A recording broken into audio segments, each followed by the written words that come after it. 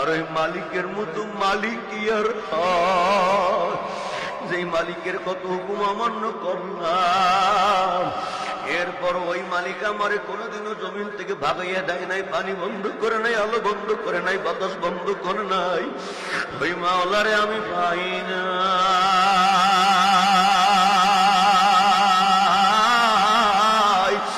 ওই মাওলারে আমি কই ভাই,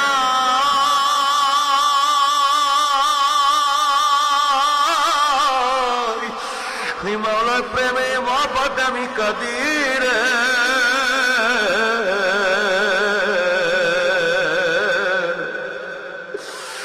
কারে কই আর কারে বুঝাই,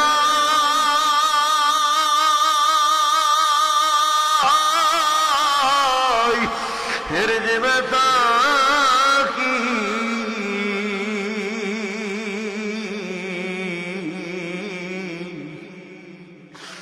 খাওয়া যায় না, সওয়া যায় না। ইশকের বিগনি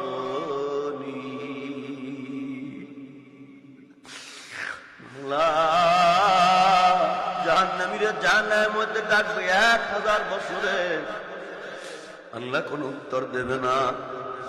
1000 বছর পর আল্লাহ কবে, কিরে জাহান্নামী আমার ডাকে কেন? আল্লাহ জানি না কেন ডাকে। আল্লাহ দেখে জাহান্নামের আগুনে জ্বলতে জ্বলতে কলিজাটা সারকার হয়ে গেছে। আর সহ্য হয় না, আপনি একটু দয়া করে। আল্লাহ বলবে, তোর কি মনে না?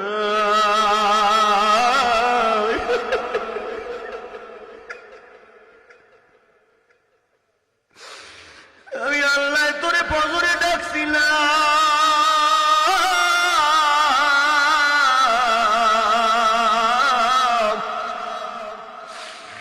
আমি আল্লাহ তোরে ফজরে পাই না।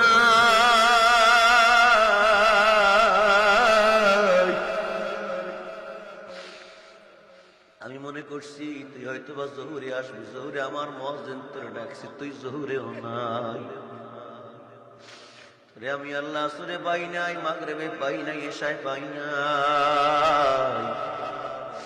দুনিয়ায় যেমনি তুই আমারে ভুলে গেছো, আজকে আমিও তোরে ভুলে গেলাম।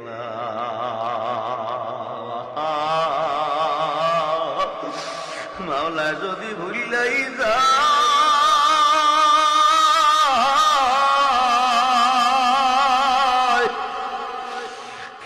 হবে, বুঝতে শুনলে মাওলার খবর যাইও। জাহান্নামের আগুনে জ্বলতে জ্বলতে বলবে, আল্লাহ একটু গোসলের ব্যবস্থা করো, ঠান্ডা পানির ব্যবস্থা করো। আল্লাহ বলবে, ওর জন্য কোনো ঠান্ডা পানির ব্যবস্থা নাই। যা ফেরেশতারা জাহান্নামে 3 পদার্থের মিশ্রণে যেই মেডিসিন আমি বানাইলাম, এইটা নিয়ে যা। নাফরমান কি গোসলের জন্য মাথার উপর দিয়া পানিটা ঢেলে দেবে, ঢেলে দেওয়ার সঙ্গে সঙ্গে মাথার তারাটা টাস করে ফাটিয়ে যাইবে, মাথার গিলুগুলো টকবক করে পড়ে শুরু করবে।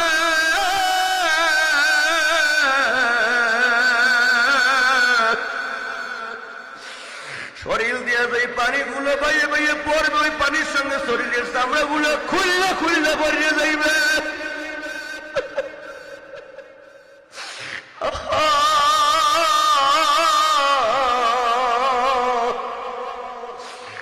ও মাওলা মাফ করে দিও। ও ভাইরা, আমি ক্ষমা চাই, আমার জন্য দোয়া করো, আমার মাওলা যেন আমার মাফ করিয়া দেয়। কোন আমল নিয়ে আমার মাওলার সামনে দাঁড়াইব, এই মুখ আমার মাওলারে কেমনে দেখাইব? আমার হিসাব মেলে না। এরপরে বলবে, আল্লাহ জাহান্নামের আগুনে জ্বলতে জ্বলতে বাড়ির পরে পিপাসা লাগিয়ে গেছে, একটু পানি দাও। আল্লাহ বলে, ফেরেশতারা 3 পদার্থের মিশ্রণের পদার্থটা ওরে দে। যখন হারে বলবে, তার আগে ওরে একটু খাদ্য দেওয়ার ক্ষুধা লাগছে নাকি, যেটার সঙ্গে হবে একবারে তার কাটার মতো।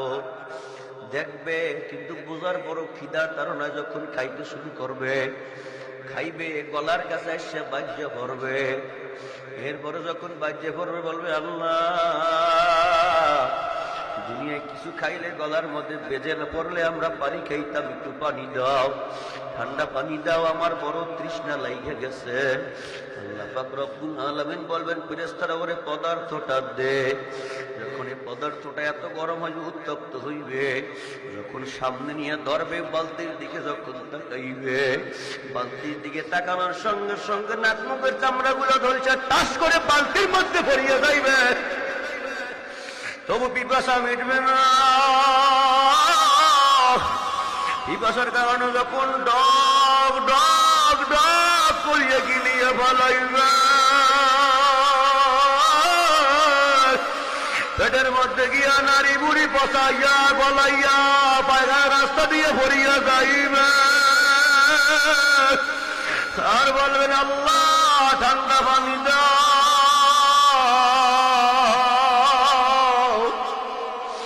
আল্লাহ বলবে, বান্দা দেখ তোর মনে পড়ে কিনা, রোজার মাসে আমার কত বান্দারা মাঠে ঘাটে কাজ করে আমি আল্লাহরে ভুলে নাই, আর তোর কোনো কাজ ছিল না, তুই কিচ্ছু করো নাই, তবু তুই রমজান মাসে দুপুরে বেলা পানি খাইছ। এখন আমি মাওলার কুদরতি দিলের মধ্যে ব্যথা লাগিয়ে গেছে, এখন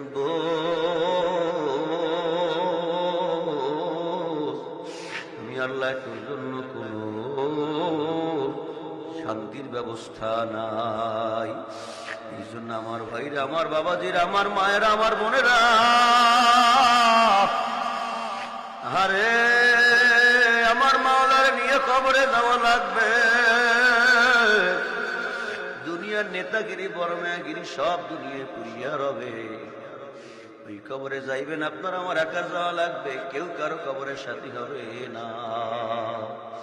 সবার জন্য সবাই দোয়া করেন। আজকের আয়োজন যারা করলো সবাইকে যেন মালা কবুল করে, বিশেষ করে আমাদের আব্দুল সত্তার মোল্লা ভাই অসুস্থ, সুস্থতার নিয়ামত যেন আল্লাহ দেয়।